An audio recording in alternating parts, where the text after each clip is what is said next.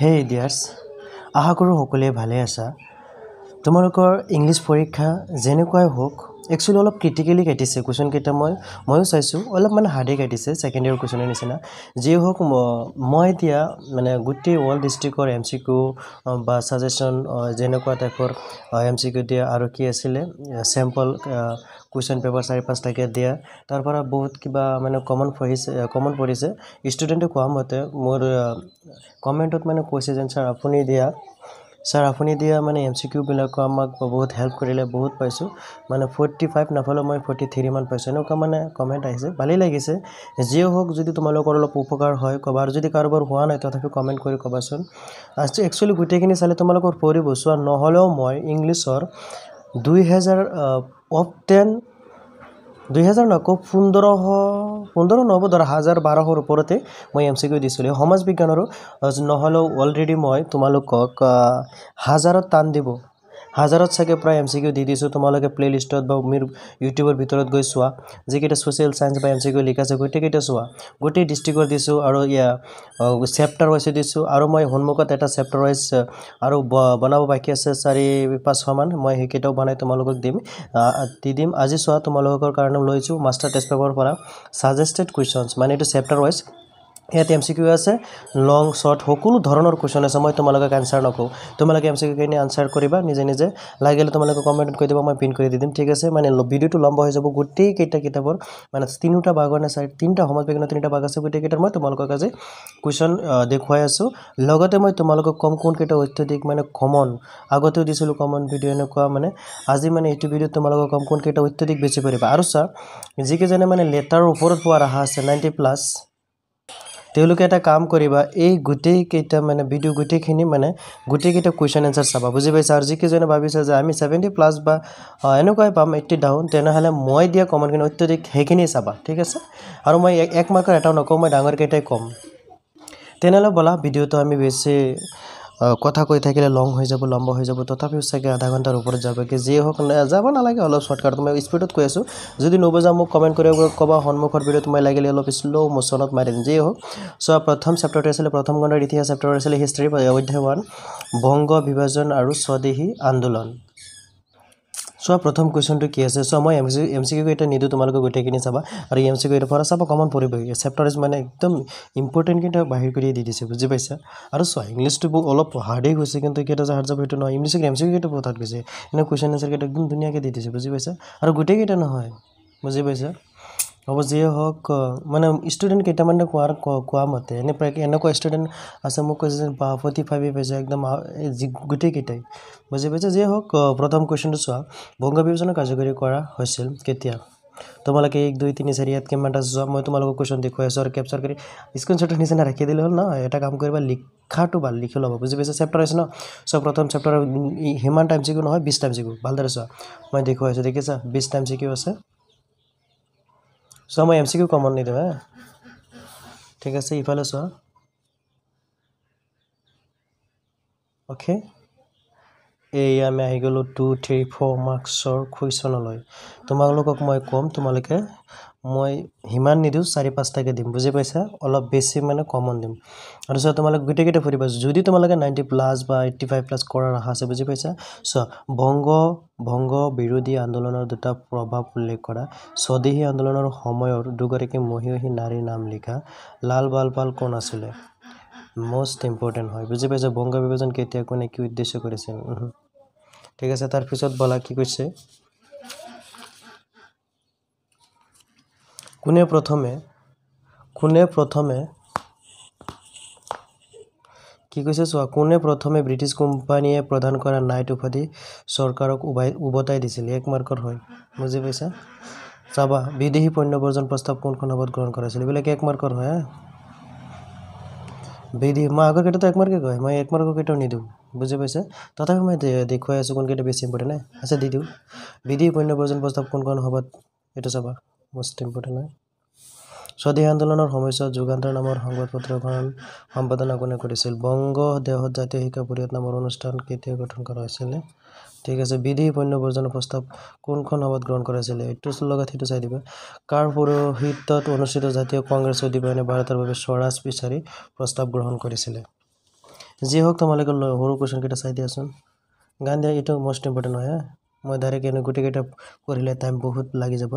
ভগিনী নিবেদিতা কোন আছিল বিখ্যাত বংগা মাতা ছবিখন কোনে আঁকিছিল মষ্ট ইম্পৰ্টেণ্ট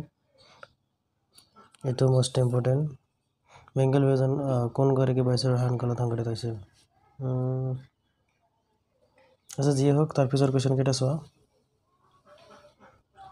বংগ বিভাজনৰ অন্তৰ্নিহিত এইকেইটা 2-3 মাৰ্কৰ এইকেইটা মষ্ট ইম্পৰ্টেণ্ট হয় বংগ বিভাজনৰ অন্তৰ্নিহিত তিনিটা উদ্দেশ্য কি আছিল জমা কৰি লিখা স্বাধীন আন্দোলনৰ তিনিটা ফলাফল মষ্ট ইম্পৰ্টেণ্ট 2 নম্বৰটো বংগ বিভাজন বিৰোধী আন্দোলনৰ স্বাধীন আন্দোলনৰ নাম কি হৈছিল জমা কৰি লিখা স্বাধীন আন্দোলনে জাতীয় শিক্ষালৈ আগবঢ়োৱা বৰঙণিৰ বিষয়ে আলোচনা কৰা এইটো অলপ চাই দিবা 4 নম্বৰ ঠিক আছে তাৰপিছত বলা বহুত কুৱেশ্যন তোমালোকে পিছত কম নেকি সাজেষ্টেড কুৱেশ্যন হয় 24ৰ কাৰণে দিছে বহুত হয় স্বাধীন আন্দোলনৰ সময়ত বংগদেশৰ জাতীয় শিল্পৰ বিকাশ কেনেদৰে সমুদ্ৰ কবিগুৰু ৰবীন্দ্ৰনাথ ঠাকুৰ মাৰ্গাৰেট এলিজাবেথ অমিকা ৰেচিডেৰী ন আৰম্ভণিতে স্বাধীন আন্দোলনৰ আৰম্ভণিতে কি কৈছে যে স্বাধীন আন্দোলনৰ কি দুটা নেতিবাচক আৰু ইতিবাচক কৰ্মসন্থাৰে ব্ৰিটিছ শক্তিক অৰ্থনৈতিক দিশত হেঁচা দিয়া হৈছিল নালাগে বংগ আন্দোলনৰ কাৰ্যসমূহ কি আছিল 8 নম্বৰটো চাওঁ বংগ বিভাজনে সৃষ্টি কৰা পূৰ্ব বংগ আৰু অসম নামৰ প্ৰদেশখনৰ সৈতে স্বাধীন আন্দোলনত মহিলাৰ ভূমিকা স্বাধীন আন্দোলনৰ সময়ত দুখন সংবাদপত্ৰ আৰু তাৰ সম্পাদক দুজনৰ নাম গান্ধী আৰু চুক্তি কি আছিল 2 মাৰ্কৰ হয় অসহযোগ আন্দোলনৰ ধ্বংসমূলক কাৰ্যসূচী উল্লেখ কৰা অসহযোগ আন্দোলনৰ গঠনমূলক কাৰ্যসূচী এই দুয়োটা একেই হয় এইটোৰ উল্টা এইটোৰ উল্টা এইটো মহাত্মা গান্ধীয়ে দাণ্ডিলৈ যাত্ৰা কৰি কেনেকৈ লোন আইন ভংগ কৰিছিল এইটো কোনে কেতিয়া আজাদ হিন্দ ফৌজ গঠন কৰিছিল আৰু কিয় গঠন কৰিছিল বংগভংগ বুলি লিখিব স্বাধীন আন্দোলনৰ প্ৰধান অংশ কেইটা কি 2 মাৰ্কৰ অৰুণোদল সমিতি মানে কি বাণ্ডে মাতাৰাম নামৰ গীতটি সন্নিৱিষ্ট উপন্যাসখনৰ নাম কি আৰু ৰচকখন বংগ বিভাজন বুলিলে কি বুজা অসমত ইয়াৰ প্ৰভু কেনে আছিলে এইটো চাবা স্বাধীন আন্দোলনৰ মূল কাৰ্যসূচীসমূহৰ বিষয়ে চমুকৈ লিখা স্বাধীন আন্দোলনৰ মূল কাৰ্যসূচী বংগ বিভাজনৰ অন্তৰ্নিহিত উদ্দেশ্য কি আছিলে শৰ্ট কুৱেশ্যন 12 ফেব্ৰুৱাৰীত নালাগে বংগভংগ আঁচনিৰ যোগেদি লৰ্ড কাৰ্জনৰ 4 দফীয়া আঁচনিখনৰ দফা 4টাৰ বিষয়ে লিখা এইটো অলপ ইম্পৰ্টেণ্ট হয় বংগভংগ আন্দোলন মুখৰ পৰিৱেশে ছাত্ৰ সমাজক কেনেদৰে আকৰ্ষণ কৰিছিল লিখা বংগভংগ কাৰ্যকৰী হোৱাৰ দিনটো বংগবাসীয়ে কেনেদৰে পালন কৰিছিল মুছলিম লীগ স্থাপনৰ নেতৃত্ব বহন কৰা ব্যক্তি নওছিৰাজ সলিমুল্লাহ ঘোষণা কৰা নালাগে কিমান চনত আৰু কিয় মুছলিম লীগৰ কাৰ্যালয় লক্ষ্ণৌলৈ স্থানান্তৰ কৰি থৈছিল এইটো হ'ল বংগভংগ আন্দোলনটো কেতিয়াৰ পৰা স্বাধীন আন্দোলন নামে জনাজাত হৈছিলে ঠিক আছে তাৰপিছত বাপৰে 33 লং কুৱেশ্যন মাই গড চোৱা বুজি পাইছা ৰিলেটেড যেহেতু সাজেষ্টেড তোমালোকে গমেই পাইছা চাগে সাজেষ্টেড যেন কুৱেশ্যনকেইটা সাজেষ্টেড যেন হয় দেখিছে যে সাজেষ্টেড কুৱেশ্যনছ ফৰ এছএছচি এক্সামিনেশ্যন 2024 চ' শাসন আৰু শোষণ একেলগে চলাই যোৱা হ'ব এই কথাৰ কোনে কি প্ৰসংগত কৈছিল এইটো অলপ চাবা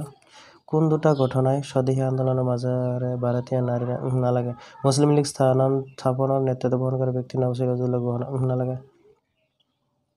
বঙালী নাৰী ইংৰাজৰ নালাগে একমাত্ৰ গণ সংগ্ৰামৰ মাজেদিহে ভাৰতীয় উন্নতিৰ সম্ভৱ কথাৰ ক'ত আৰু কিয় ব্যৱহাৰ কৰা হৈছিলে একেটো সৰু হয় 2 মাৰ্কৰ বুজি পাইছা চাই দিবা তো বংগদেশৰ জনতাই কিয় শোক দিৱস বছৰ জোৰাকৈ পালন কৰিব নালাগে স্বাধীন আন্দোলনৰ 3টা অৱদান উল্লেখ কৰা স্বাধীন আন্দোলনৰ 3টা অৱদান উল্লেখ কৰা এইটো অলপ চাবা চ' দীঘলীয়া প্ৰশ্নৰ উত্তৰ যেন 4-5 দিছে তথাপি কমও দিব পাৰে বুজি পাইছা অকণমান শ্বৰ্টকৈ লিখিব লাগিব সেইটোৱে স্বাধীন আন্দোলন দমন কৰাৰ উদ্দেশ্য ব্ৰিটিছৰ কি আন্দোলন বিৰোধী স্বাধীন আন্দোলন দুৰ্বল কৰাৰ ব্ৰিটিছে নালাগে ভাৰতত কেতিয়া মুছলিম লীগ গঠন হৈছিল আৰু ইয়াৰ লক্ষ্য উদ্দেশ্যটো অলপ চাব পাৰা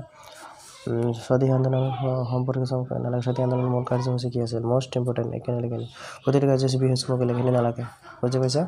তাৰপিছত কুৱেশ্যনলৈ বলা কি কৈছে যে মহাত্মা গান্ধী আৰু ভাৰতৰ স্বাধীনতা সংগ্ৰাম ঠিক আছে কি কৈছে যে মহাত্মা গান্ধী আৰু ভাৰতৰ স্বাধীনতা সংগ্ৰাম 2 নম্বৰ অধ্যায়লৈ আহি যোৱা 1 মাৰ্কৰ এটা তোমালোকে ভালদৰে চোৱা কি ক'ম আৰু ঠিক আছে MCQ তোমালোকে গোটেইকেইটাৰ 20টা নে 25 কেইটা দিছে আগতে 20টা আছিলে মাই গড এটা 25টা যিয়ে হওক এইকেইটা MCQ ভালদৰে চাবা হা আৰু যদি তোমালোকে মোক ডিমান্ড কৰা যদি 200 বা 300 মই এটা লিমিট কৰি দিওঁ 25 মানে 250টা যদি আৰু হেমান মানে কমেন্ট আহি যায় মানে হসাই মই এনেই নবনাও বহুত কষ্ট হয় বুজি পাইছা লম্বা ভিডিও মই যিকেইটা দিছো চাবাচোন যদি তোমালোকে মানে 2000 বা 2500 মানে কমেন্ট আহি যায় তেনেহলে এইটো মোৰ বনাবই লাগিব বাধ্য বুজি পাইছা যি হোক সো এইকেইটা কোৱেশ্চন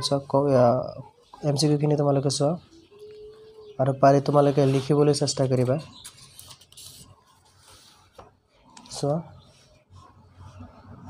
চাইছা ইয়াত কেইটা দিছো 25টা দিছে পিছত আহি গৈছে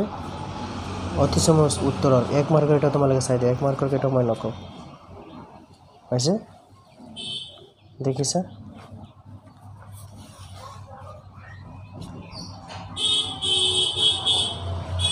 ওকে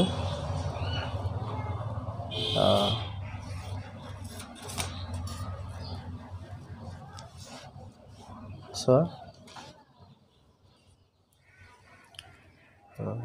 আহি গ'লো আমি 2-3 মাৰ্কৰ ওচৰত ইয়াত চোৱা লং কুৱেশ্যনত মানে হয় এই লং কুৱেশ্যন 2-3 মাৰ্কৰ সৰুই হয় সত্যাগ্ৰহ বুলিলে কি বুজা যি তিনিটা স্থায়ী বিবাদৰ ক্ষেত্ৰত গান্ধীজীয়ে প্ৰথমে সত্যাগ্ৰহ প্ৰয়োগ কৰিছিল এই তিনিটাৰ একোটি সংক্ষিপ্ত বিৱৰণ দিয়ে শেষৰখিনিতো মই নকওঁ এইখিনিলৈ সৰুটো ইম্পৰ্টেণ্ট হয় ভাৰতত খিলাফত আন্দোলন কি আৰম্ভ হৈছিল মোষ্ট ইম্পৰ্টেণ্ট কি পৰিস্থিতিত ভাৰতীয় আন্দোলন আৰম্ভ হৈছিল ভাৰতীয় স্বাধীনতা সংগ্ৰামত এক মাইল খুঁটি বুলি তুমি ভাবা নেকি কাৰণ ধৰা মাইলৰ খুঁটি চুটিও যদি নাহে আন্দোলন আৰম্ভ হৈছিল 2 মাৰ্ক দিব পাৰে ঠিক আছে সৰুখিনি মোষ্ট ইম্পৰ্টেণ্ট চাবা পিছত চালে চাবা নাচালে নাই ভাৰতবৰ্ষৰ স্বাধীনতা আন্দোলনত মহাত্মা গান্ধীৰ ভূমিকা চমুকৈ লিখা অসমত অসহযোগ আন্দোলনৰ কেনেকৈ আৰম্ভ হৈছিল এইটো অলপ ইম্পৰ্টেণ্ট হয় ভাৰতীয় আন্দোলনৰ এটি বিৱৰণ মানে চমুটকৰ হিচাপে আহিব পাৰে অসহযোগ আন্দোলনৰ ইতিবাচক আৰু নেতিবাচক দি দুটা মোষ্ট ইম্পৰ্টেণ্ট দি দুটা একদম 2 মাৰ্কৰ দুটা দি লিখিব গৈছে 1930 চনৰ 31 জানুৱাৰী তাৰিখে গান্ধীয়ে ব্ৰিটিছৰ অপশাসনৰ অৱসান বিচাৰি ভাইচৰয়ত আৰু অন্যলৈ কেইবাটাও নালাগে এটলিৰ মন্ত্ৰীসভাৰ সদস্য তিনিজনলৈ মানুহৰ নাম চাই দিবা ইজি হয় 1948 চনৰ 3 জুনৰ ঘোষণাপত্ৰ প্ৰদান দাবীসমূহ লিখা একদম ভিতৰৰ ইউনিক কুৱেশ্যন হয় সৰু হয় তিনিটা যদি লিখিব কয় 3 মাৰ্ক দুটা লিখিবলৈ 2 মাৰ্ক যদি 2 আহে দুটা লিখিবা 1947 চনৰ ভাৰত স্বাধীন আন্দোলনৰ মূল দফাবোৰ এইটো মোষ্ট ইম্পৰ্টেণ্ট হয় এইটো ইমান মই নকওঁ এইটো মোষ্ট ইম্পৰ্টেণ্ট হয় ঠিক আছে তাৰপিছত কুৱেশ্যনলৈ বলা সত্যাগ্ৰহৰ তাৎপৰ্যটো অলপ চাবা গান্ধী আৰু চুক্তি কেতিয়া হৈছিল ইয়াৰ মূল উদ্দেশ্য মোষ্ট ইম্পৰ্টেণ্ট গান্ধীজীয়ে কেতিয়া আৰু কিয় দাণ্ডি যাত্ৰা আৰম্ভ কৰিছিল এইটো চাবা 1920-22 চনত গান্ধীজীয়ে কিয় অসহযোগ আন্দোলন আৰম্ভ কৰিছিল ইয়াৰ নালাগে আইন অমান্য আন্দোলনৰ মূল লক্ষ্য কি আছিল নালাগে মানে এটা কথা কি জানা এই যে 22 চনৰ যিখিনি দি আছে যে কিয় অসহযোগ আন্দোলন আৰম্ভ কৰিছিল তো 2 মাৰ্কৰ বনাই লিখি দিব পাৰে ইয়াত কিছু যে কাৰ্যসূচী কি আছিল গান্ধীজীয়ে কিয় আন্দোলন বন্ধ কৰিছিল এই গোটেইখিনিতো 5 মাৰ্ক দিব যদি এইটো ব্লুপ্ৰিণ্টত আছে যদি 5 মাৰ্ক তেনেহ'লে এইটো অলপ চাবা যদি 5 নাথাকে এইটো চাব নালাগে শ্বৰ্টকাটত দি দিব পাৰে বুজি পাইছা যে আইন অমান্য আন্দোলনৰ মূল লক্ষ্য কি আছিল এইটো মোষ্ট ইম্পৰ্টেণ্ট হয় মূল লক্ষ্য এই আন্দোলনৰ মূল বৈশিষ্ট্য কি আছিল বাপৰে ঠিক আছে এইটো চাবা কি পৰিস্থিতিত মহাত্মা গান্ধীয়ে অসহযোগ আন্দোলন আৰম্ভ কৰিছিল ইয়াৰ কাৰ্যসূচী কি আছিল গান্ধীয়ে আন্দোলন কিয় বন্ধ কৰিছিল মাই গড এইটো ইম্পৰ্টেণ্ট হয় হা কি ৰাজনৈতিক পৰিস্থিতি গান্ধী আৰু যুক্তি নালাগে এইটো অসহযোগ আন্দোলনৰ যোগ কেইটামান কাৰক নালাগে অসহযোগ আন্দোলনৰ ইতিবাচক নালাগে অসহযোগ আন্দোলনৰ সামৰণি কেনেকৈ কৰিছিল তেওঁ নালাগে 1920 চনৰ ডিচেম্বৰ মাহত কংগ্ৰেছৰ নাগপুৰ নালাগে আইন অমান্য আন্দোলনৰ প্ৰধান কাৰণ মোষ্ট ইম্পৰ্টেণ্ট হয় 1930 চনৰ 31 জানুৱাৰী তাৰিখে গান্ধীজীয়ে ব্ৰিটিছৰ নালাগে চমুটকাৰ পৰা জাষ্ট তোমালোকে চাবা জালিয়ানাৱালা বাগৰ হত্যা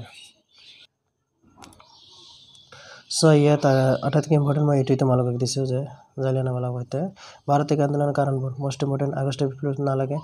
জুনৰ ঘোষণাপত্ৰ প্ৰদান এইটো অলপ চাবা ভাৰত স্বাধীন আইন 1948 চনৰ দফাবোৰ এইটো চাবা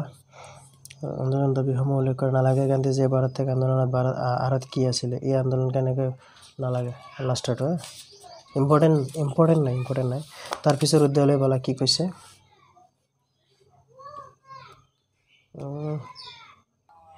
চোৱা ইয়াত আহি যোৱা যে 3 নম্বৰ উদ্যালয় অসমত ব্ৰিটিছ বিৰোধী জাগৰণ আৰু কৃষক বিদ্ৰোহ নিৰ্ধাৰিত মূল্যাংক বিকল্পধৰ্মী প্ৰশ্ন মূল্যাংক যি হওক তোমালোকে MCQ খিনি চোৱা ঠিক আছে MCQ খিনি আগতে চাই লোৱা ওকে তাৰপিছত বলা হৈছে এক মাৰ্কৰ কেইটা চোৱা যে মণিৰাম দেৱানৰ লগত শ্বহীদ হোৱা অসমীয়া বীৰজন কোন শুনা মই এটা কথা কৈ দিওঁ 1907 কি আছিলে মণিৰাম দেৱানৰ 57-58 নে কি আছিলে হয় এটো তোমালোকে মানে মণিৰাম দেৱানৰ ওপৰত 57-58 বিদ্ৰোহ বা মণিৰামৰ ওপৰত যি হোক এনেকুৱা এটা কোৱেশ্চন পৰিলে গোটেইকেইটা একে হয় মানে এনেকুৱা টাইপৰ যেনেকুৱা কোৱেশ্চন আহক তোমালোকে সেইটো আনসাৰ বহাই দিবা এই চোৱা দিয়ে দিছে যে অসমৰ 57 চনৰ বিদ্ৰোহৰ বিষয়ে লিখা বিৱৰণ দিয়ে সেইটো লিখা মণিৰাম দেৱানৰ আজে বাজে যি আহে তোমালোকে এটা লং কোৱেশ্চন পঢ়ি থবা 4-5 মাৰ্কৰ ঠিক আছে হ'ব সো এক মাৰ্কৰ কোৱেশ্চন কেইটা চোৱা তোমালোকে গোটেইকেইটা আনসাৰ এক্সট্ৰাকে লিখি শিকিবা মই যিকেইটা দি আছো বহুত ইম্পৰ্টেন্ট হয় বুজি পাইছা আৰু এই গোটেইকেইটা শিকিলে তোমালোকৰ 80 তো নহয় 90 প্লাস থাকি যাব ঠিক আছে তাৰ পিছত কি আছে চোৱা তাৰ পিছত কি কৈছে এক মাৰ্কৰ কেইটা তোমালোকে চাব পাৰা আগতে চাই লোৱা এই আহি গ'লো 2-3 মাৰ্ক যে ব্ৰিটিছৰ প্ৰৱৰ্তন হোৱাৰ পাছত অসমৰ ৰাজহ সংগ্ৰহৰ পদ্ধতি কি পৰিৱৰ্তন হৈছিল নালাগে যে মফট মিলছ কোন আছিল মষ্ট ইম্পৰ্টেণ্ট হয় তেওঁক কোনে 1853 চনত অসমলৈ পঠাইছিল ইম্পৰ্টেণ্ট অলপ অসমত ইংৰাজে প্ৰৱৰ্তন কৰা ৰাজহ ব্যৱস্থা চমুটো কানা মণিৰাম দেৱান জাষ্ট মণিৰাম দেৱান তাৰ লগত অলপ চাব পাৰা ত্ৰিকোণজিত ত্ৰিপুৰা নে মণিপুৰ আছিল চাই ল'বা অষ্ট্ৰিয়া অসমত ফুলগিৰি কিয় বিদ্ৰোহ মোষ্ট ইম্পৰ্টেণ্ট হয় ফুলগিৰি এটা আমাৰ সময়ত আছিল তিনিটা কিহক বিদ্ৰোহ মণিৰাম দেৱানৰ দুখন চাহ বাগিচা এইটো চাহ বাগিচা 2 মাৰ্কৰ নাম চাগে জানাই শিকি ল'বা অলপ ইমান ইম্পৰ্টেণ্ট নাই ভাৰতীয় ৰাজ্যক ব্ৰিটিছৰ সাম্ৰাজ্যত অন্তৰ্ভুক্ত কৰা ব্ৰিটিছ অসমত থকা ইংৰাজ সৈন্যৰ ৰেজিমেণ্ট দুটা কি একদম কমন টাইপ কোৱেশ্চন ন ইউনিক হয় লগতে দুটা নাম লিখি থবা ৰাজমহলসমূহ কাক লৈ গঠন হৈছিল ৰাজ্যই ৰজা এটা মোষ্ট ইম্পৰ্টেণ্ট ফুলগিৰিদা বা কি হৈছিল অসমৰ কিয় বিদ্ৰোহত ৰাজমহলৰ ভূমিকা চমুকৈ লিখা 2 মাৰ্কৰ আহিব অসমত 1957 চাহ Maniram Dewan most important question এবাৰ আহিব জালিয়ানাৱালাবাগৰ পৰা তাৰ এই দুটা তোমালোকে শিকিবা অসমত 1857 চনৰ বিদ্ৰোহৰ গুৰুত্ব সম্পৰ্কে এইটোৰ লগত এইটো মিক্স কৰি দিবা বা এইটোৰ লগত এইটো মিক্স কৰি দিবা একেই অলপ চলপ এক্সট্ৰাকে লিখিবা ফুলগিৰিদা বৰ ওপৰত এটা আগতে অলৰেডি ফুলগিৰিদা কি হৈছিল এইটো আৰু তাৰ আগতে পাইছিল ক'ত ন অসমত ফুলগিৰি কিহক বিদ্ৰোহ সেইটো এটা ৰিলেটেড এটা পঢ়িলে তোমালোকে এটা বনাই লিখিব পাৰিবা ঠিক আছে অসমত 1857 চনৰ বিদ্ৰোহ মণিৰাম দেৱান দেখিছা একেই বিপুল কি হৈছিল কিন্তু এই গোটেইকেইটাৰ মাজতে একটা কুৱেশ্চন এনসাৰ সোমাই আছে বুজি পাইছা অলপ মানে মিলাই দিবা যে সেইকাৰণে বিফল হৈ গৈছিল হৈ গ'ল কি কাৰণত অসমত 57 বিদ্ৰোহ ব্যাহত হৈছিল দেখিছা মোষ্ট ইম্পৰ্টেণ্ট এই যে এইটোৱে মণিৰাম দেৱানৰ কাহিনী ইয়াত সোমাই দিবা বৈমিক খজানাই নালাগে ইংৰাজৰ শাসনকালত নালাগে মণিৰাম দেৱানৰ ব্যক্তিত্ব আৰু জীৱন কি ক'ম আৰু কোৱেশ্চন এটা পঢ়িলে তোমালোকে গোটেইকেইটা পাৰিবা অসমৰ কোনটো বিদ্ৰোহ সহযোগ আন্দোলন ইতিহাসত ফুলগিৰি দাবৰ গুৰুত্ব এইটো আৰু ওপৰত জানাইছে 11 নম্বৰটো কি হয় ৰঙিয়াৰ কিহক বিদ্ৰোহ বিষয়ে সেইটো অলপ চাই দিবা কিন্তু ফুলগিৰিৰ ওপৰত মোষ্ট ইম্পৰ্টেণ্ট হয় ঠিক আছে 4 নম্বৰ বিদ্যালয় বলা স্বাধীনতা আন্দোলনৰ অসমৰ জাতীয় জাগৰণ এক মাৰ্কৰ কেইটা তোমালোকে চাই লোৱা ফকাস কৰি ঠিক আছে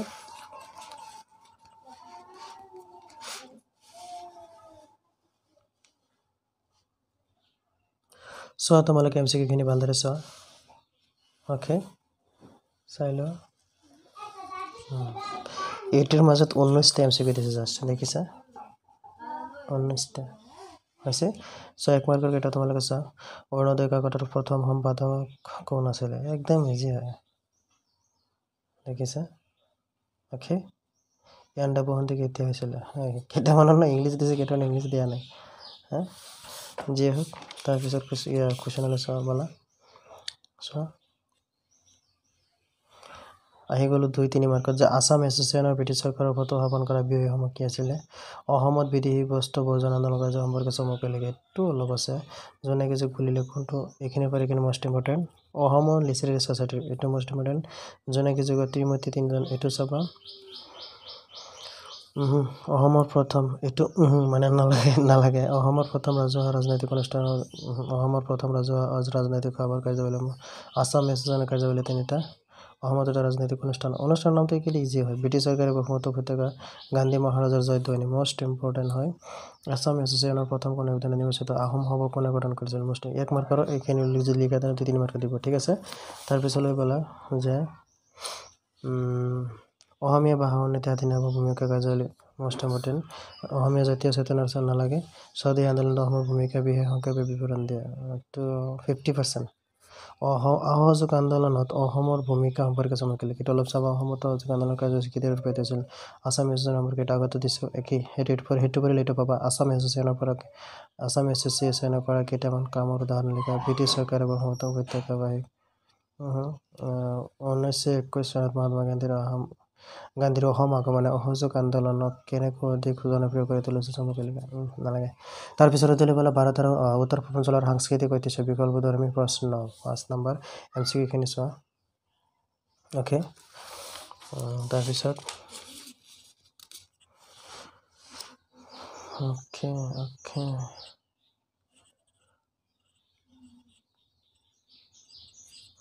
চাই যোৱা দেখিছে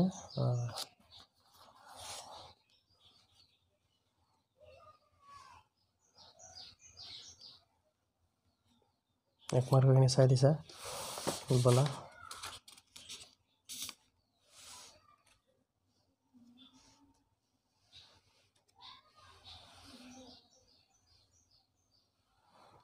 এয়া আহি গ'ল অসমীয়া ভাষাৰ মূল কি আধুনিক অসমীয়া ভাষাই কেনেকৈ বিকাশ লাভ কৰিছিল মূলটো বেছি ইম্পৰ্টেণ্ট হয় সমতকন ক্ষুদ্ৰাকাৰ চিত্ৰযুক্ত প্ৰাচীন সাঁচিপতীয়া পুথিৰ নাম লিখা ইম্পৰ্টেণ্ট হয় অলপ ওজাপালি দুটা ভাষাৰ নাম এইকেইটা ইমান নিজে কুৱেশ্যন দিব নেকি একদম ইজি হয় চাৰিটা ভাষা দৰঙৰ দুবিধ লোকনৃত্যৰ নাম এইটো ইম্পৰ্টেণ্ট হয় জেং বিহু মানে কি বাপৰে জেং মানে জেং কুৱেশ্যনে হয় কামৰূপী লোকগীত আৰু গোৱালপৰীয়া লোকগীতৰ মূল বিষয়বস্তু কি বিহুৰ সমধৰ্মী হিচাপে নামনি অসমৰ উদযাপিত হোৱাটো ৰঙালী বিহুৰ 7 দিন কি নামেৰে জনা যায় এইটো অলপ চাবা দিমাৰ্কৰ কাৰণে আহিব অসমৰ প্ৰাচীন নাম কামৰূপ আৰু প্ৰাগজ্যোতিষ উল্লেখ কৰা উল্লেখ থকা তিনিখন গ্ৰন্থৰ নাম লিখে MCQ দিব পাৰিব নাই চমুকৈ অসমৰ ইয়াত আটাইতকৈ অসমৰ পঞ্জিত বিহু উৎসৱ মষ্ট ইম্পৰ্টেণ্ট হয় হৰ্ণবিল উৎসৱ বিহু উৎসৱ উত্তৰ পূৰ্বাঞ্চলৰ পাহাৰীয়া লোকসমূহৰ বিষয়ে মেঘালয় জনগোষ্ঠীৰ বিষয়ে মেঘালয় আৰু মিজোৰাম ব্ৰিটিছৰ শাসনকালত উদ্ধাৰ হোৱা কেইখনমান বুৰঞ্জীৰ নাম আছে অলপ অসমৰ কেইখনমান সচিত্ৰ পুথি অসমৰ ভাস্কৰ্য চিত্ৰ শিৱসাগৰ জিলাত থকা আহোম ৰাজত্বকালত নিৰ্মাণ হোৱা কেইখনমান দলঙৰ নাম নাট্যৰাষ্ট্ৰীয় কেতিয়া স্থাপন হৈছিল এইটো ইম্পৰ্টেণ্ট হয় আন্তঃৰাষ্ট্ৰীয় যোগ দিৱস কেতিয়া পালন কৰা হয় ভাৰতীয় সংস্কৃতিৰ বৈশিষ্ট্য মষ্ট ইম্পৰ্টেণ্ট হেৰেকো মানে কি মষ্ট ইম্পৰ্টেণ্ট ঠিক আছে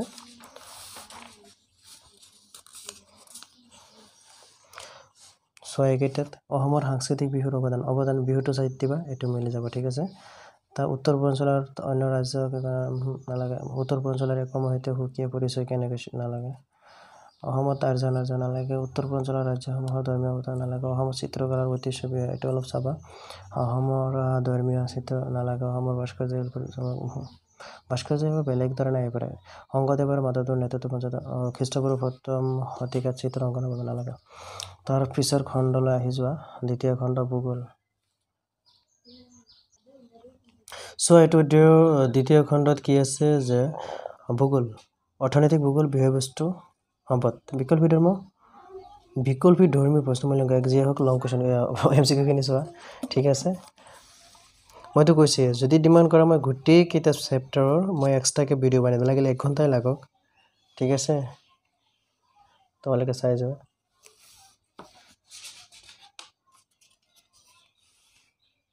ইয়াত দিছে 21টা এক মাৰ্কৰ এটা চোৱা এক মাৰ্কৰ এটা মোৰ সন্মুখত এটা এনেকৈ চাই আছে লাগে চাই আছে মানে আহি যাব বুজি পাইছে এই দুটাই চাবা সেইটো তাৰ হকি হয় বান্ধৱী ঠিক আছে বলা অ'কে এইকেইটা মই তোমালোকে এনেকৈ কিয় দি আছে একদম 6.5 মাৰ্ক দিছে এনেকুৱা কুৱেশ্যন আহিব নেকি 4 দিব পাৰে তলত সম্পদ বুলি লিখিব যে প্ৰধান বৈশিষ্ট্য এইটো একদম মোষ্ট ইম্পৰ্টেণ্ট হয় সম্পদৰ প্ৰয়োজনীয়তা সম্পৰ্কে নালাগে উদাহৰণ সম্পদৰ বিভাজন সম্পদ পৰিৱৰ্তন মোষ্ট ইম্পৰ্টেণ্ট 4 নম্বৰ মানৱ সৃষ্ট সম্পদ কি সম্পদ ভূগোলক কি অৰ্থনৈতিক ভূগোল বুলি কয় এইটো গুৰুত্বপূৰ্ণ অৰ্থনৈতিক ভূগোলৰ পৰিসৰ সম্পৰ্কে পৰিসৰটো চাবা সম্পদ আৰু মানুহৰ মাজত থকা সম্পৰ্ক প্ৰাকৃতিক সম্পদ বুলি লিখিব যায় একদম ইজি এটা নিদিব পাৰে মই ইম্পৰ্টেণ্ট নিদিওঁ এইটো সম্পদ আৰু বিজ্ঞান প্ৰযুক্তিৰ মাজত থকা সম্পৰ্ক সম্পদৰ সংৰক্ষণ মোষ্ট ইম্পৰ্টেণ্ট সমটকা ইয়াত নৱীকৰণযোগ্যটো চাবা নৱীকৰণৰ উল্টাটো অনৱীকৰণ ভালদৰে চাই দিবা আৰু সম্পদ সংগ্ৰহ মানৱ সম্পত্তি যে হয় সম্পদ সংৰক্ষণৰ ওপৰত চাবা সম্পদ সংৰক্ষণ যদি সেইটো চোৱা ন এইটোৱে যে তাৰমানে এইটো কৰিবা এইটো হৈ যাব ঠিক আছে মানে সম্পদ সংৰক্ষণ বুলি কি বুজায় ইয়াৰ প্ৰয়োজনীয় কি মষ্ট ইম্পৰ্টেণ্ট হয় সেইকাৰণে এটা আগতে দি দিছোঁ তাৰপিছত কুৱেশ্যনত কৈছে যে নৱীকৰণযোগ্য মই কৈছোঁ ন সেইটো চালে এইটো কৰিলে এইটো হৈ যাব নৱীকৰণ অনৱীকৰণ ঠিক আছে মষ্ট ইম্পৰ্টেণ্ট দি দিছে সেইকাৰণে এইটো মষ্ট ইম্পৰ্টেণ্ট মানে এইটো এইবাৰ অহাৰ সম্ভাৱনা 99% পাৰ্থক্য মানৱ সৃষ্ট সম্পদ মানৱ সৃষ্ট সম্পদ আৰু মানৱ সম্পদ মানে সৃষ্টি কৰা আৰু মানৱ ডাইৰেক্ট মানৱ ঠিক আছে সম্পদ আৰু এইটো নহয় জীৱী আৰু অজীৱী চাবা সম্পদ আৰু সম্পত্তি অৰ্থনৈতিক নৱীকৰণযোগ্য কুৱেশ্যন এটা চালে এইটো হৈ যাব যি হওক সম্পদ উদাহৰণ হয় সম্পদৰ নালাগে সম্পদ সংৰক্ষণৰ লগত জড়িত নালাগে সম্পদৰ তিনিটা প্ৰধান বৈশিষ্ট্য মষ্ট ইম্পৰ্টেণ্ট হয় ঠিক আছে তাৰপিছত অধ্যায় পৰিৱেশ আৰু পৰিৱেশৰ সমস্যা MCQ খিনি চাই দিয়া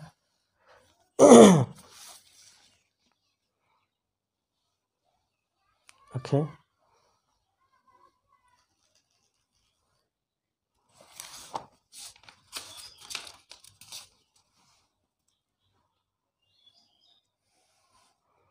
So 2-3 মার্কতে 2-3 মার্কে কি এক মার্কতে কমাই দি দিয়েছে ঠিক আছে জলমণ্ডলের ভিতরে কি পারে এটা নয় এটা হলো সাবাসন জলমণ্ডল বলি লিখি বোঝায় এটা হলো সাবা গোলকীয়টো চাবা তাৰপিছত সেউজগৃহ গ্যাস কাক বলে উদাহৰণ সেউজগৃহৰ ওপৰত চাবা প্ৰদূষণৰ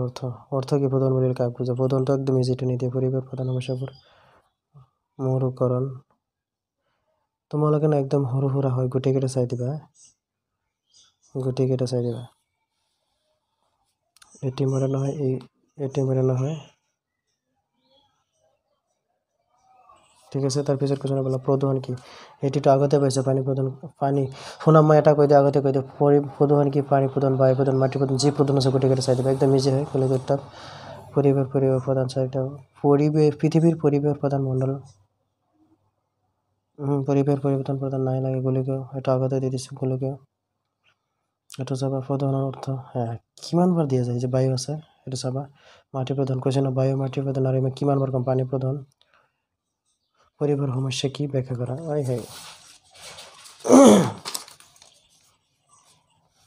আহি যোৱা পৃথিৱীৰ ভূগোল এইকেইটা চাই দিয়া তোমালোকে ওকে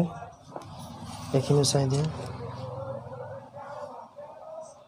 আৰু এক মাৰ্কাৰ কি দিছে যে এক মাৰ্কাৰ খিনি চাই দিয়া লং হ'লে মই বুজাই দিম তোমালোকক আৰু অলপ চলপ কমান দিম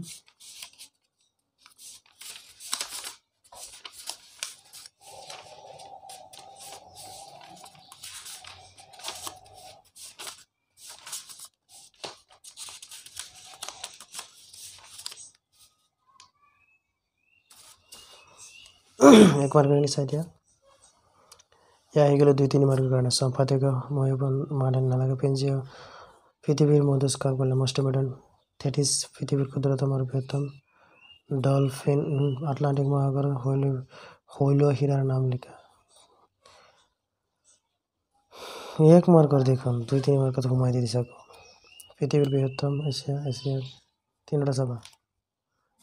ইজি সৰু সুৰা পৃথিৱীৰ স্থলভাগৰ ভূভাগৰ বেছ সমগ্ৰ লেখা বাট ইমান নাই মহাসাগৰ তলিভাগৰ মহাসাগৰ আৰু মহাদেশসমূহৰ বিতৰণ এইটো তোমালোকে চাবা পৃথিৱীৰ মুঠ জনসংখ্যা 90% অৰ্ধগোলক মষ্ট ইম্পৰ্টেণ্ট পৃথিৱীৰ স্থলমণ্ডল জলমণ্ডলৰ অৱস্থা যেতিয়া কেনে আছিলে সমগ্ৰ লেখা মহাদেশ বিস্তাপন অনুসৰি মহাসাগৰ মহাদেশসমূহৰ ইউৰোপ মহাদেশৰ 5খন দেশৰ নাম উত্তৰ আমেৰিকাৰ মহাদেশৰ প্ৰাকৃতিক বৈশিষ্ট্য মহাসাগৰসমূহৰ বিতৰণ এইটো অলপ চাবা মহাসাগৰ কেইটা চালে হ'ল চোৱা অধ্যায় ভূগোল এমচিকিউখিনি চোৱা অসমৰ ভূগোল অধ্যায় ভূগোল বিকল্পধৰ্মী প্ৰশ্ন চোৱা হৈছে তাৰপিছত কি আছে চাই যোৱা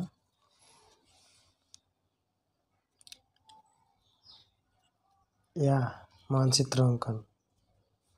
গোটেইকেইটা দেখিছা তোমালোকক মই এদিনাখন এটা শ্বৰ্টত কৈছিলোঁ মষ্ট ইম্পৰ্টেণ্ট কুৱেশ্যন 2024 বুজি পাইছা অসমৰ মানচিত্ৰ এখন আকাৰ তালত দিয়া তলত দিয়া সমূহ বহুৱাই গোটেইকেইটা চাবা তোমালোকৰ 4টা 2টা 3টা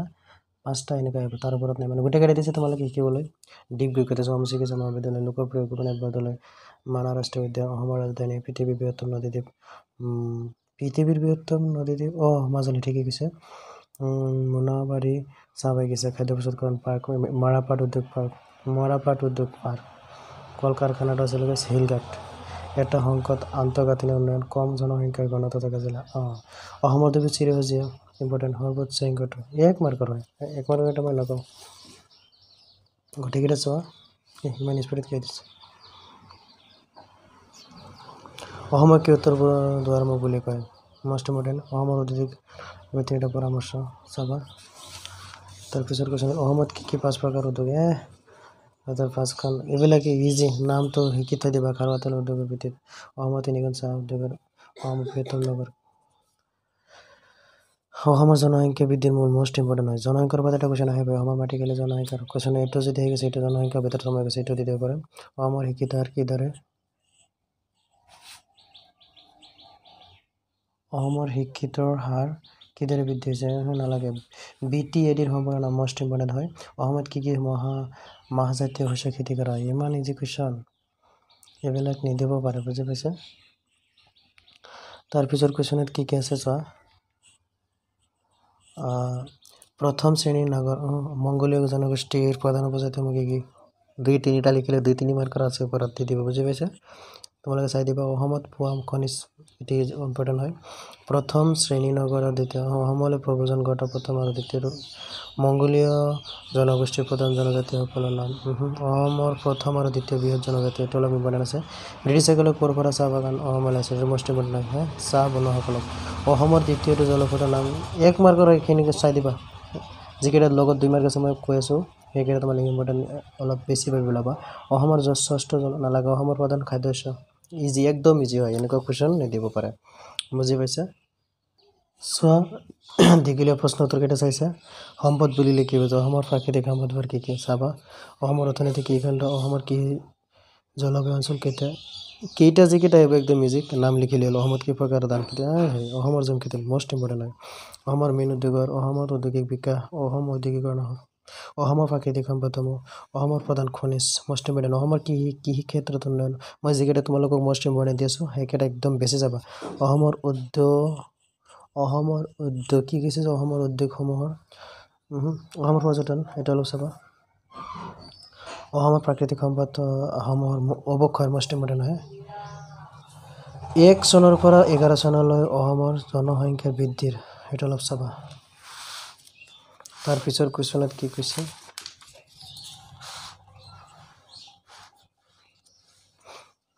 অসমৰ পৰ্যটন উদ্যোগ নালাগে অসমৰ জনসংখ্যা বৃদ্ধিৰ নালাগে অসমৰ প্ৰধান তৈলক্ষেত্ৰ চাবা অসমৰ জলসম্পদ জলসম্পদ কি অসমত মানৱ সম্পদ কৰিব নালাগে আৰু অসমৰ জনসংখ্যা বৃদ্ধি অসমৰ জনসংখ্যাৰ ওপৰত মই অলৰেডি কৈছোঁ এটা চালে এইটো হৈ যাব এইটো চাবা বানপানীটো চাবা 25টা চাবা অসমৰ চাহ উদ্যোগৰ চাবা বনজ সম্পদৰ বিষয়ে অসমৰ বনজ সম্পদৰ বিষয়ে বনজ সম্পদ আগতে দিছোঁ অসমৰ কি ভিত্তিক উদ্যোগৰ বিষয়ে অসমৰ পাহাৰীয়া অঞ্চলৰ কি ভিত্তিকটো চাবা অলপ ঠিক আছে তাৰপিছত আমাৰ তৃতীয় খণ্ডলৈ আহি যাওঁ চোৱা তৃতীয় খণ্ডলৈ যোৱাৰ আগতে মই এটা কথা কৈ দিওঁ তোমালোকে এইটো চেপ্টাৰৰ এই চেপ্টাৰটোৰ লং কুৱেশ্যন চাবা আৰু বাকী যি 3টা চেপ্টাৰ লেচন আছে মানে ৰাজনীতি বিজ্ঞান আৰু কি আছিলে অৰ্থনীতি বিজ্ঞানৰ এটা কুৱেশ্যনৰ ডাঙৰ কুৱেশ্যন নাচাবা গোটেইকেইটা MCQ চাবা আৰু মই MCQ কেইটা দি আছোঁ চোৱা এইকেইটা আগতে চোৱা এইটো মানে লং কুৱেশ্যন চাবা লং কুৱেশ্যন মইতো কমনে দি দিম যিকেইটা অলপ বেছি দিম এইকেইটা চাবা সৰু কুৱেশ্যন কেইটা চোৱা অ'কে হৈছে চোৱা 1 মাৰ্কৰ কেইটা তোমালোকে চাই দিয়া চাইছে তাৰপিছত বোলা ইয়াত আছে আৰু হৈছে তে 2-3 মাৰ্কৰ সমান অৰ্ধ যুক্তৰাষ্ট্ৰ বুলি লিখিব যায় সৰু কেইটা অলপ চাবাচোন এইখিনি লিখি চাবা দুটা যুক্তি দিয়া বাপৰে নালাগে তো কোনখন আইনে ভাৰতৰ প্ৰাক স্বাধীন নালাগে স্বাধীনতাৰ ইম্পৰ্টেঞ্চ নাই সিমান তাৰপিছত কুৱেশ্যনলৈ বোলা কোন চনত কিমান সংখ্যক নালাগে ভাৰত যুক্তৰাষ্ট্ৰ গঠন নালাগে ইংলেণ্ডৰ ৰজা আৰু ভাৰতৰ ৰাষ্ট্ৰপতিৰ মাজত এটা পাৰ্থক্য এইটো অলপ চাবা ভাৰতৰ ৰাষ্ট্ৰপ্ৰধান কোন ভাৰত চৰকাৰৰ মুৰব্বী ভাৰতীয় সংবিধানৰ প্ৰস্তাৱ নালাগে আমেৰিকা ইংলেণ্ড আৰু ভাৰতৰ কেন্দ্ৰীয় বিধানমণ্ডলবোৰৰ নাম এইটো অলপ চাবা এইখিনিলৈকে বেছি ইম্পৰ্টেণ্ট হয় বাস্তৱত আমি ভাৰতীয় নালাগে ব্ৰিটিছ চৰকাৰে কেবিনেট মিছনক কিয় ভাৰতলৈ পঠাইছিল মষ্ট ইম্পৰ্টেণ্ট হয় এইটো আৰু এটা কথা কিতাপৰ বাহিৰৰ কুৱেশ্যনটো অলপ বেছি যাবাচোন ভিতৰৰ সিমান নিদিয়ে মানে ৰিলেটেড হয় গণৰাজ্য এটা যাবা কোনকেইটা শব্দ প্ৰকাশ কৰি নালাগে কোন তিনিটা শব্দ ইমান লং কুৱেশ্যনটো কি ক'ম আৰু সংসদীয় পদ্ধতি চৰকাৰ মানে এটাও নাযাবা এইটো কুৱেশ্যন অলপ চাব পাৰা আন্তঃৰাষ্ট্ৰীয় চৰকাৰ বুলিলে কি বুজা ভাৰত এখন যুক্তৰাষ্ট্ৰ এইটো অলপ চাবা হ'ব এইটো মষ্ট ইম্পৰ্টেণ্ট এইটো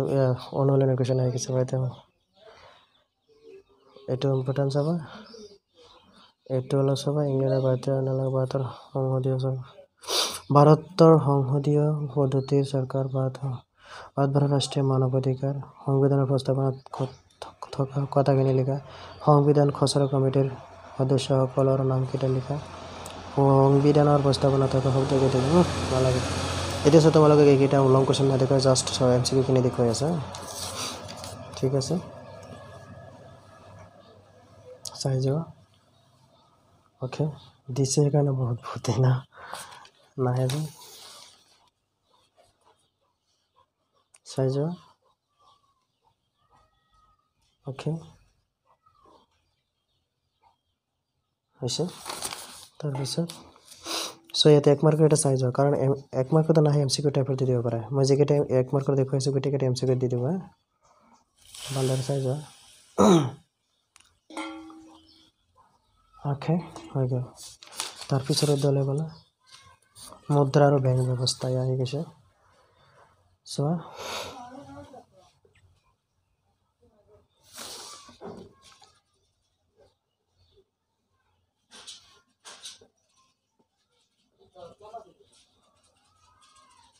কিছে 1 মাৰ্কৰ এটা চাই যোৱা ভালদৰে চোৱা